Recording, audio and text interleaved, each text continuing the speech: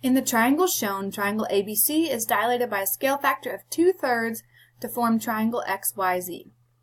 Given that the measure of angle A is 50 degrees, the measure of angle B is 100 degrees,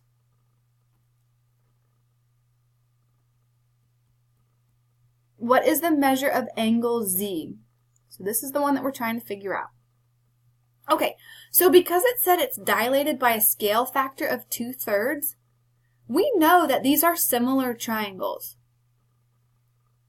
Anytime you dilate something, it's going to make it bigger or smaller, but it's going to be the same shape, just a different size, and that's the definition of similar.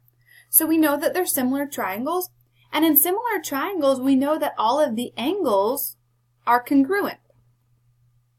Now the side lanes aren't going to be congruent because it's going to be bigger or smaller, but the angles, the corresponding angles, are going to be congruent.